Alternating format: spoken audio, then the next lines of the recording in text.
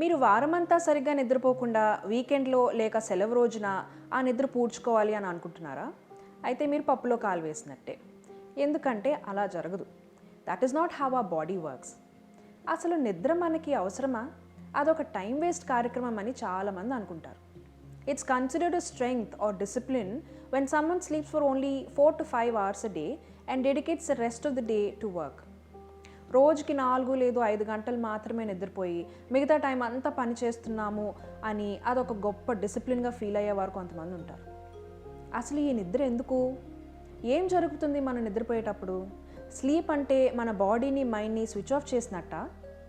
నిద్రపోకపోతే ఏం జరుగుతుంది? మన నిద్ర 4 దశలలో సాగుతుంది. ప్రతి దశకి, ప్రతి స్టేజ్కి ఒక ప్రయోజనం, ఒక పర్పస్ ఉంటుంది. స్టేజ్ 1, ఈ స్టేజ్లో మనం నిద్రలోకి జారుకుంటూ ఉంటాము. మజిల్స్ రిలాక్స్ అవుతాయి అండ్ హార్ట్ రేట్ తగ్గుతుంది.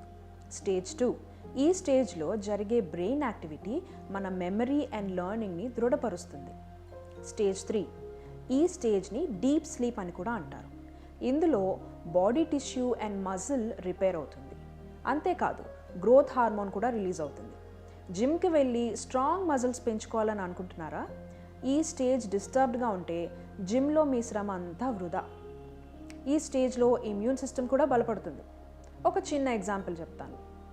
ఒక ఇల్లు చిందరవందరగా ఎక్కడ వస్తువులు అక్కడ పడేసి స్కాటర్డ్గా ఉందనుకోండి. ఇంకొక ఇల్లు చాలా నీట్గా ఎక్కడ వస్తువులు అక్కడ సర్ది పనికిరాని చెత్త బయటపడేసి ఆర్గనైజ్డ్గా ఉన్నదనుకోండి. ఈ నీట్ అండ్ ఆర్గనైజ్డ్ ఇంట్లో ఒక చిన్న సేఫ్టీ పిన్ కూడా ఎక్కడుందో మనకు తెలుస్తుంది. దానికోసం హైరానా పడి వెతకాల్సిన అవసరం ఉండదు. అలానే మన బ్రెయిన్లో ఉన్న ఫ్యాక్ట్స్, న్యూ ఇన్ఫర్మేషన్ అంతా చక్కగా ఆర్గనైజ్ చేస్తుంది ఈ స్టేజ్ ఆఫ్ స్లీప్. పనికిరాని విషయాలు బయటపడేస్తుంది. పనికొచ్చే విషయాలు నీట్గా ఆర్గనైజ్ చేసి ఒక ఫైలింగ్ సిస్టంలో అరేంజ్ చేసి మెమరీలో భద్రపరుస్తుంది. సో దాట్ మనకు ఎప్పుడు ఆ ఇన్ఫర్మేషన్ కావాలన్నా ఈజీగా రిట్రీవ్ చేసుకోగలము. అందుకే ఎగ్జామ్ ముందు నైట్ అవుట్ చేయటం అన్నది అంత మంచి ఐడియా కాదు. మీరు ఆ రోజు చదువుకుందంతా సులువుగా గుర్తు చేసుకోలేరు. చాలా ఇన్ఫర్మేషన్ మెమరీలోకి వెళ్ళి ఉండదు కూడా. స్టేజ్ 4, ఈ స్టేజ్ని REM స్లీప్ అని కూడా అంటారు. Rapid eye movement. మనం చూసే ఉంటాము, నిద్రపోయే వాళ్ళు ఒకసారి కన్నుగుడ్లు అటు ఇటు కదుపుతూ ఉంటారు. అలా ఎందుకు కదుపుతున్నారంటే వాళ్ళు కలగంటున్నారు అంటారు. అది నిజమే. ఈ స్టేజ్లోనే మనకు కలలు వస్తాయి. ఈ స్టేజ్ తెల్లవారుజామున కొద్దిగా ఎక్కువసేపు ఉంటుంది. అందుకే మనకు కలలు యూజువల్గా ఎర్లీ మార్నింగ్స్ వస్తాయి. స్టేజ్ 3లో ఫ్యాక్చువల్ ఇన్ఫర్మేషన్ అంటే డేట్స్, ఫార్ములీ, ఈవెంట్స్ ఎలా మెమరీలో దృఢపడతాయో, ఈ స్టేజ్లో ప్రొసీజరల్ ఇన్ఫర్మేషన్ అంటే సైకిల్ తొక్కటం కానీ, గిటార్ వాయించటం కానీ, ప్రాబ్లమ్ సాల్వింగ్ ఇలాంటి ప్రొసీజర్స్ మెమరీలో దృఢపడతాయి. ఈ స్టేజ్ అన్నీ పాస్ అయితే అది ఒక సైకిల్. అలా మనం బాగా నిద్రపోతే 4 to 6 సైకిల్స్ పూర్తవుతాయి.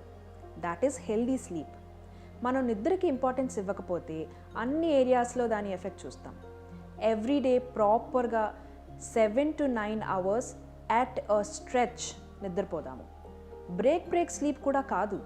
ఎందుకంటే అలా 2 గంటలు ఇక్కడ 3 గంటలు ఇక్కడ నిద్రపోతే ఈ స్టేజెస్ ఆఫ్ స్లీప్ సరిగ్గా పూర్తి కావు అండ్ మన బాడీ అండ్ మైండ్ సరిగ్గా రిస్టోర్ అవ్వవు.